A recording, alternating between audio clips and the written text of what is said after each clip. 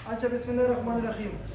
तो बच्चों, आज सेकंड ईयर के चैप्टर नंबर 11 इलेक्ट्रोस्टैटिक्स से हमने टेस्ट बनाया है, उसी को हम डिस्कस कर रहे हैं। एमसीक्यू नंबर 82 को अगर आप लोग देख लें, एमसीक्यू नंबर 82 इसमें लिखा है a static charge is capable of producing option number A only an electric field, only a magnetic field, both electric and magnetic field, neither field.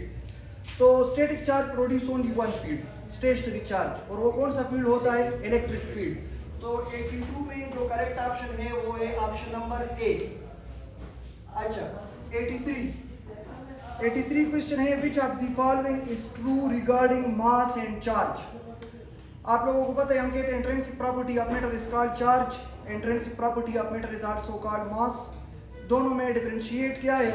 तो याद रखो, चार्ज जो है वो स्पीड पे डिपेंड नहीं करता, मास जो है वो स्पीड पे डिपेंड करता है। ऑप्शन में अगर आप देख ले, हमने लिखे option number A, mass is independent of speed but charge depends on speed. गलत है। Charge can exist without mass, no. Charge जो है वो एटम पे होता है और एटम का मास होता है।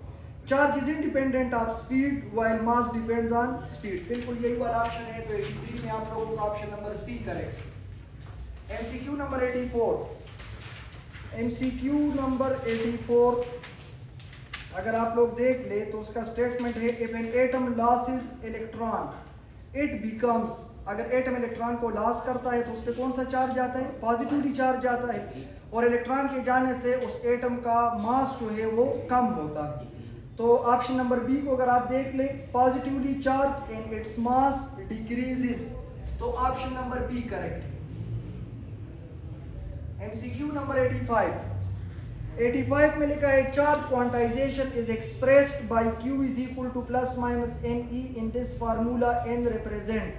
बच्चों, क्वांटाइजेशन ऑफ चार्ज को हमने डिफाइन किया था, magnitude of charge on either body is equal to integral multiple. तो असल में ये n जो है ये इंटीजर रिप्रेजेंट करता है और ये नंबर ऑफ ट्रांसफरिंग इलेक्ट्रॉन को रिप्रेजेंट करता है। तो अगर आपने देखा हो तो हमने एक इक्वेशन लिखा था, Q is equal to plus minus plus NE और Q is equal to minus NE। इन दोनों में क्या फर्क है? अगर एटम इलेक्ट्रॉन को लॉस करे तो ये वाला इक्वेशन यूज करोगे, और अगर एटम इलेक्ट्रॉन को गेन करे तो ये वाला इक्वेशन यूज करोगे। कितने इलेक्ट्रॉन एटम ने लॉस किए? फॉर एग्जांपल 3 लॉस किए, तो n की जगह पे आपने 3 पुट करना है। तो n क्या रिप्रेजेंट कर रहा है? नंबर को रिप्रेजेंट कर रहा है, इंटीजर। तो यहाँ पे इसका करेक्ट ऑप्शन क्या होगा? An integer representing the number of transferred electron, option number B correct। 86 को देख ले, 86 लिखा है, when a charge is given to a soap bubble its size। अगर फॉर एग्जांपल आप लोगों के पास ये एक सोप बबल है और इस सोप बबल को आप लोगों ने चार्ज दिए, लेट सपोज आप लोगों ने नेगेटिवली चार्ज दिए, तो नेगेटिव क्या करता है? रिपल्जन करता है, और उस रिपल्जन से इसका साइज क्या होगा? इंक्रीज होगा। तो करेक्ट ऑप्शन लिखा है option number C, increases due to repulsion between like charges. यहाँ पे ऑप्शन नंबर सी करेक्ट है। 87 को देख ले, surface charge density is defined as.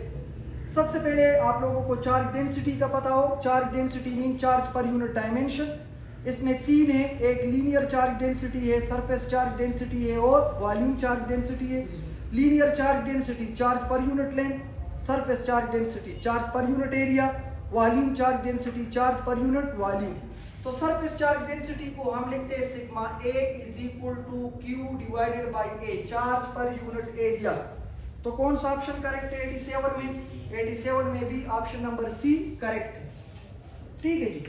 अच्छा, question number 88, coulomb law is strictly valid for moving charges, no. Large charge sphere, no. Stationary point charges, तो बिल्कुल stationary point charge के लिए ये वैलिड है। एमसीक्यू नंबर 88 में भी कौन सा ऑप्शन करेक्ट है? ऑप्शन नंबर सी।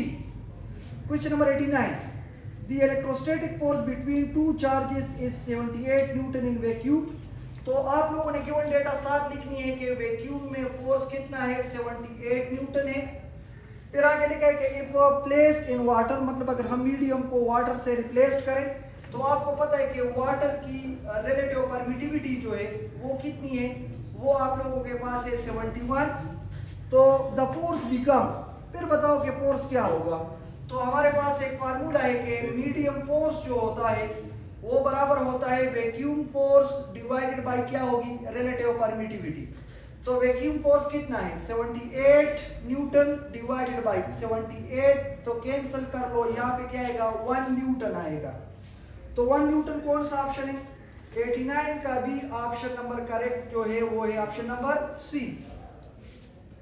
ठीक है, अच्छा नेक्स्ट है 90, the direction of N electric field is. Electric field हमने पढ़ा था एक वेक्टर फील्ड है और इसका डायरेक्शन होता है फ्रॉम पॉजिटिव टू नेगेटिव। तो इलेक्ट्रिक फील्ड का डायरेक्शन 90 में आपके पास आ रहा है option number B, electric field का direction from positive to negative. अच्छा नेक्स्ट जो है question number 91, if a negatively charge is moved in the direction of electric field its speed. यहाँ पे देख लो, अगर मैं इलेक्ट्रिक फील्ड ड्रा करूं, यहाँ पे ये पॉजिटिव है और ये क्या है ये नेगेटिव है, this is the direction of N electric field. और अगर मैं यहाँ पे नेगेटिवली चार्ज में इलेक्ट्रॉन को इलेक्ट्रिक फील्ड के डायरेक्शन में मूव करवाऊं, तो इलेक्ट्रॉन पे नेगेटिव चार्ज है, पॉजिटिव इसको अट्रैक्ट कर रहा है और नेगेटिव इसको क्या कर रहा है रिपेल कर रहा है। तो बताओ इसका स्पीड अप होगा कि डाउन होगा, इसका स्पीड होगा डाउन। तो यहाँ पे हमने लिखा है स्पीड डिक्रीजेस, तो 91 में आप लोगों के पास ऑप्शन नंबर करेक्ट कौन सा है 91 में option number B correct. 92, electric field intensity is defined as.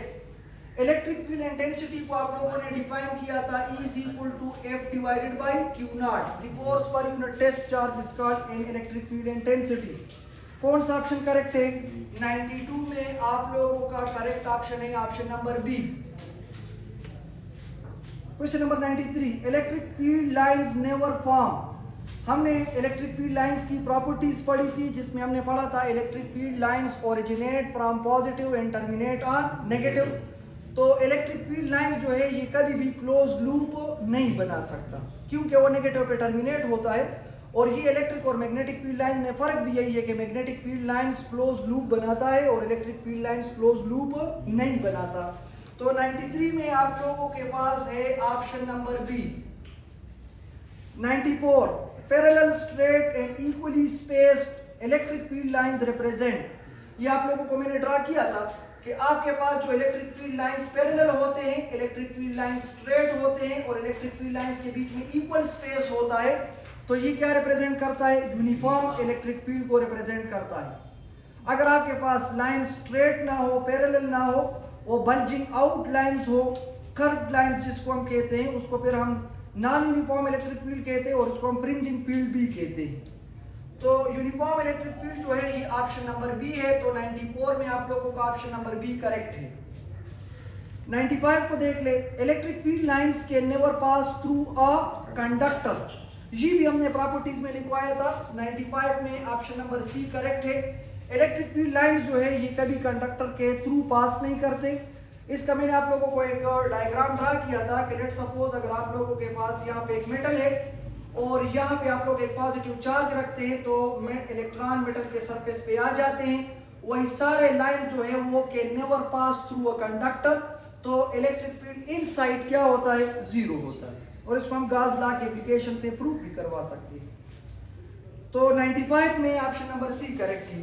96 में देख ले, at what distance from a source charge is the electric field intensity zero।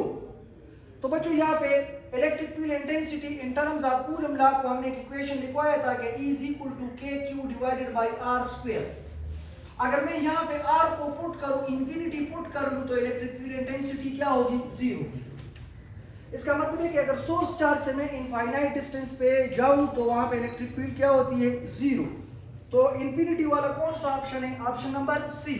तो 96 में ऑप्शन नंबर सी करेक्ट है। 97, the point where the resultant electric field is zero called the dash. ये बच्चों null point का definition है और यहाँ पे 97 में आप लोगों का ऑप्शन नंबर बी करेक्ट है।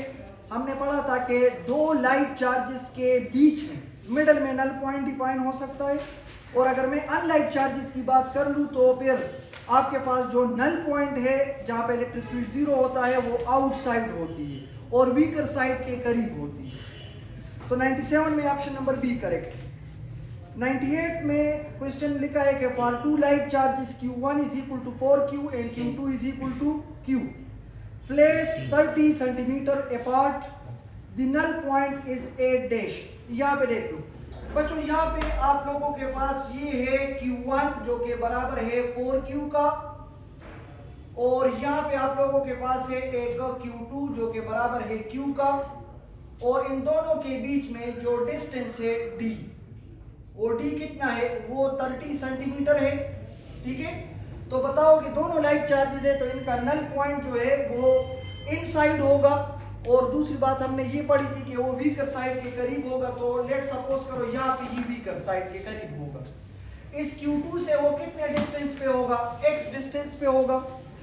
तो इसके लिए हमने एक शॉर्टकट पढ़ा था कि यहाँ पे आएगा x इज इक्वल टू, यहाँ पे आएगा d divided by under the root Q1 divided by Q2, और यहाँ पे क्या आएगा +1। और ये बात याद रखो, यहाँ पे Q1 जो है ये शॉर्टकट हम यूज करते हैं अगर Q1 Q2 से क्या हो, ग्रेटर।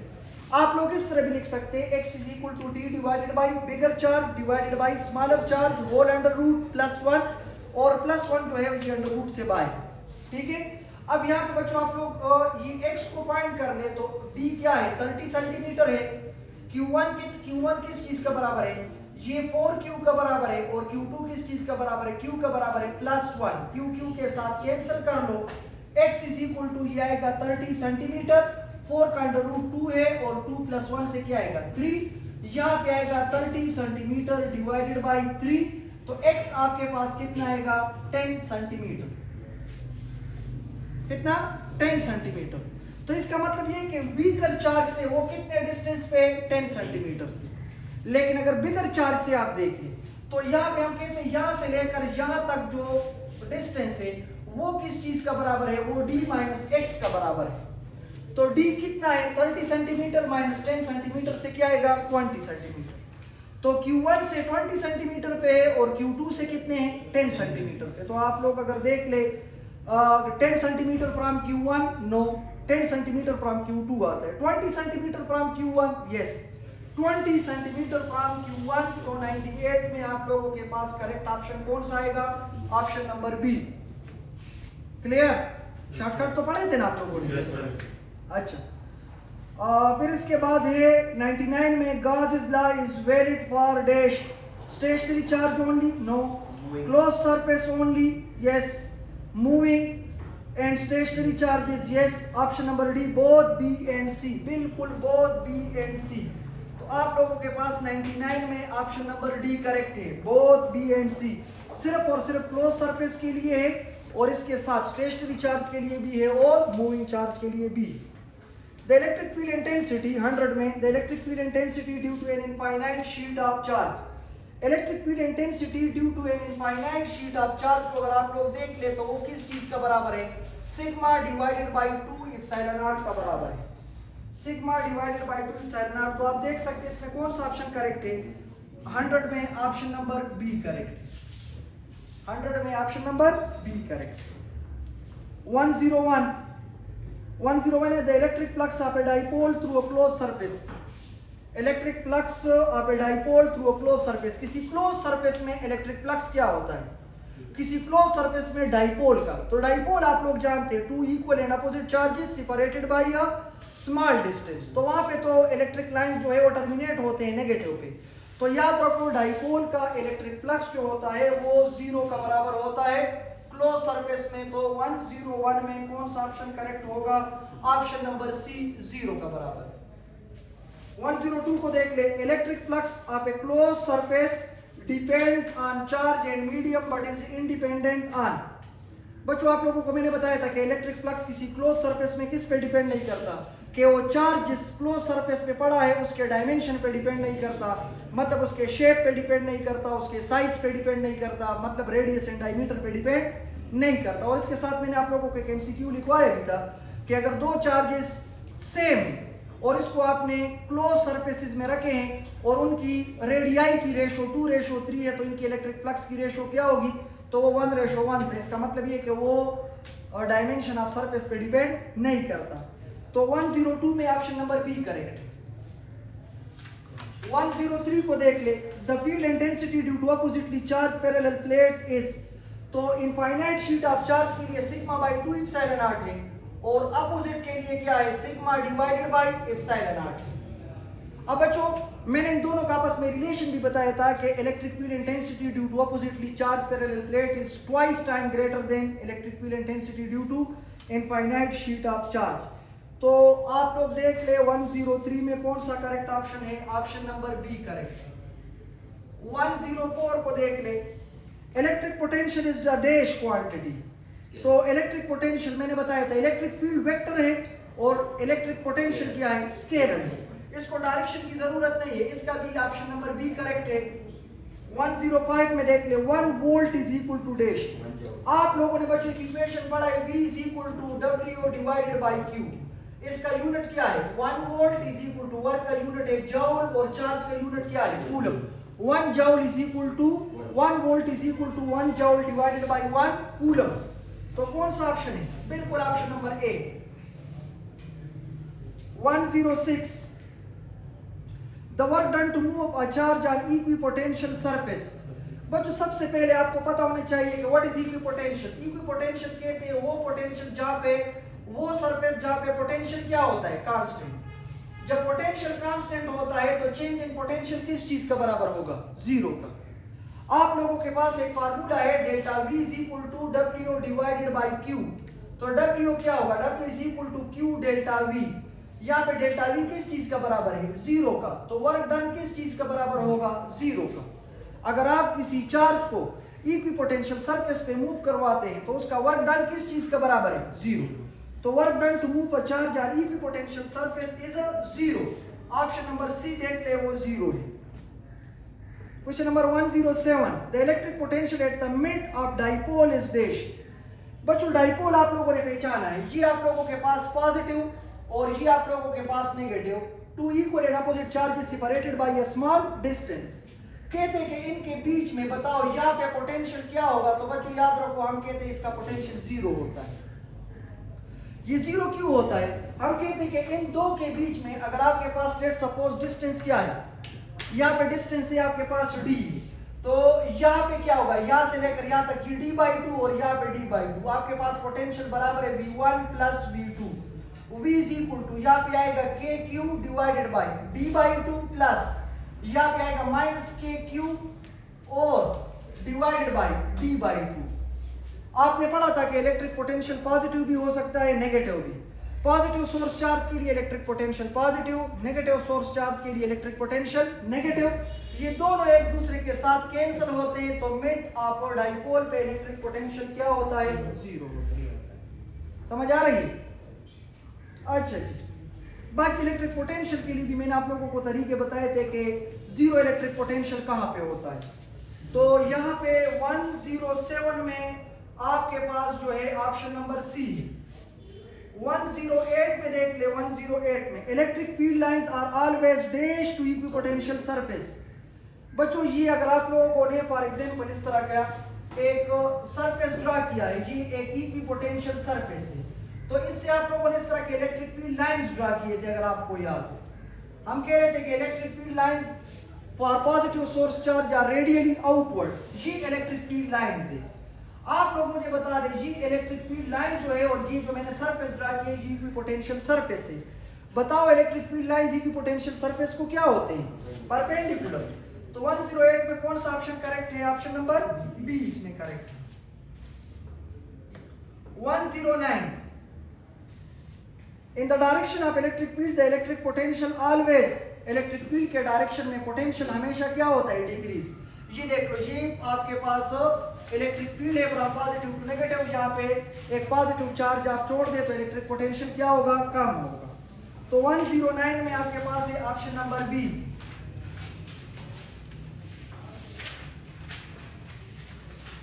अच्छा 110 the device used for storing electric charge and energy is a. Simple capacitor का डिफिनीशन है। वो डिवाइस जिसको हम इलेक्ट्रिक चार्जेस को स्टोर करने के लिए यूज करते हैं उसको हम क्या कहते हैं, कैपेसिटर कहते हैं।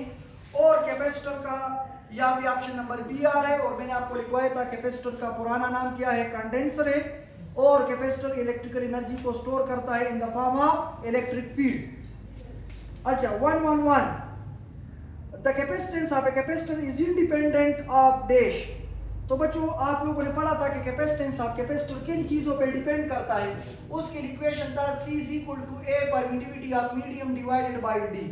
और एक हमने रिलेशन पढ़ा था C is equal to Q divided bye V। याद रखो Q और V पे डिपेंड नहीं करता, जो कि आपको बता रहे चार्ज एंड पोटेंशियल, इस पे डिपेंड नहीं करता। तो यहाँ पे आप लोगों के पास करेक्ट ऑप्शन होगा ऑप्शन नंबर C। 111 में ऑप्शन नंबर C करेक्ट है। एरिया प्लेट पे भी डिपेंड करता है, सेपरेशन ऑफ प्लेट पे भी डिपेंड करता है, मीडियम बिटवीन प्लेट पे भी डिपेंड करता है। Question number 112, when an insulating medium is placed between the plates of a capacitor, the capacitance। बच्चों 112 को अगर आप लोग देख ले यहाँ पे कि अगर दो प्लेट्स ऑफ कैपेसिटर के बीच में आप मीडियम रख ले, तो मैंने आप लोगों को डायग्राम ड्रा किया था कि यहाँ पे आपके पास कैपेसिटर का एक पॉजिटिव प्लेट है, ये कौन सा प्लेट है, ये नेगेटिव है, और आपने यहाँ पे एक मीडियम रखा, एक इंसुलेटिंग मीडियम रखा। तो इंसुलेटिंग मीडियम के रखने से यहाँ पे चार्जेस नेगेटिव इधर आ गए और पॉजिटिव आप लोगों के पास इधर आ गए। अब यहाँ पे देखो एक एक्सटर्नल इलेक्ट्रिक फील्ड इस तरफ है और इंटरनल इलेक्ट्रिक फील्ड इस तरफ है। तो आपसे पूछ सकते हैं कि बताओ नेट इलेक्ट्रिक फील्ड क्या होगा, तो नेट इलेक्ट्रिक फील्ड आपके पास होगा डिक्रीज। पोटेंशियल का E के साथ डायरेक्ट रिलेशन है, अगर E डिक्रीज होता है तो याद रखो पोटेंशियल भी क्या होगा, डिक्रीज होगा। और आपके पास कैपेसिटेंस का इक्वेशन है C is equal to Q divided bye V। तो C का V के साथ कौन सा रिलेशन है, इनवर्स। अगर आपके पास V कम होता है तो कैपेसिटेंस क्या होगा, इंक्रीज होगा। तो ये बात याद रखो कि अगर हम दो चार्जेस दो प्लेट्स ऑफ कैपेसिटर के बीच में मीडियम रख ले, तो मीडियम के रखने से नेट इलेक्ट्रिक फील्ड कम होता है, पोटेंशियल कम होता है और कैपेसिटेंस क्या हो जाता है, इंक्रीज हो जाता है। तो आप लोगों के पास जो 112 का करेक्ट ऑप्शन होगा वो ऑप्शन नंबर बी होगा, इंक्रीज। और इसके साथ ये दो एमसीक्यू और भी इंपॉर्टेंट है कि नेट इलेक्ट्रिक फील्ड क्या होगा और पोटेंशियल क्या होगा। अच्छा, क्वेश्चन नंबर 113 वो है the slope of qv graph represent. Qv graph का स्लोप क्या होगा। तो बच्चों ये आप लोगों के पास है Q और ये आप लोगों के पास है V। स्लोप बराबर होता है vertical component divided by horizontal component, और ये Q बाय V जो है ये क्या रिप्रेजेंट करता है, कैपेसिटेंस को रिप्रेजेंट करता है। तो यहाँ पे करेक्ट ऑप्शन क्या होगा, capacitance, option number C correct. 114 को देख ले, a capacitor reaches 63.2% of its maximum charge in time equal to। तो हमने 1RC को किस तरह डिफाइन किया था, it is the time constant during which a capacitor charge और discharge up to 63.2% of its maximum value. तो 114 में जो है ये 1RC आता है और 1RC कौन सा ऑप्शन है, ऑप्शन नंबर बी। ठीक है। Question number 115, a capacitor is considered fully charged or discharged after approximately। हमने पढ़ा था कि कैपेसिटर जो है, कैपेसिटर ये कंप्लीटली चार्ज और डिस्चार्ज कितने टाइम में होता है। कैपेसिटर कंप्लीटली चार्ज या डिस्चार्ज जो है ये 5 मरहलों में होता है, जिसको हमने 5RC का नाम दिया था। तो आप लोगों का 115 में जो ऑप्शन होगा, ऑप्शन नंबर सी होगा। ठीक है जी। अच्छा, नेक्स्ट जो है नेक्स्ट है 116, electric field lines originate from dash and terminate at dash. Electric field lines originate from positive and terminate on negative. 116 में ऑप्शन नंबर आ रहा है, option number B. Electric field lines positive से start होती है और negative पे खत्म होती है। Question number 117, last one, null point for unlike charge exist on the. बच्चों अनलाइक चार्ज, अनलाइक चार्ज का मतलब ये कि अगर आप लोगों के पास ये पॉजिटिव चार्ज है और यहाँ पे ये नेगेटिव चार्ज है, तो ये बात याद रखो, अनलाइक चार्जेस के लिए नल पॉइंट कभी भी मिडल में नहीं होता, वो क्या होता है, आउटसाइड होता है। और दूसरा शर्त ये कि वो वीकर साइड के करीब होगा। तो यहाँ पे ऑप्शन क्या लिखे, stronger side no, weaker side yes, middle no, middle में तो हो ही नहीं सकता। तो कौन सा ऑप्शन करेक्ट है, weaker side, option number B. तो 117 में आप लोगों का करेक्ट ऑप्शन है option number B. Thank you ji.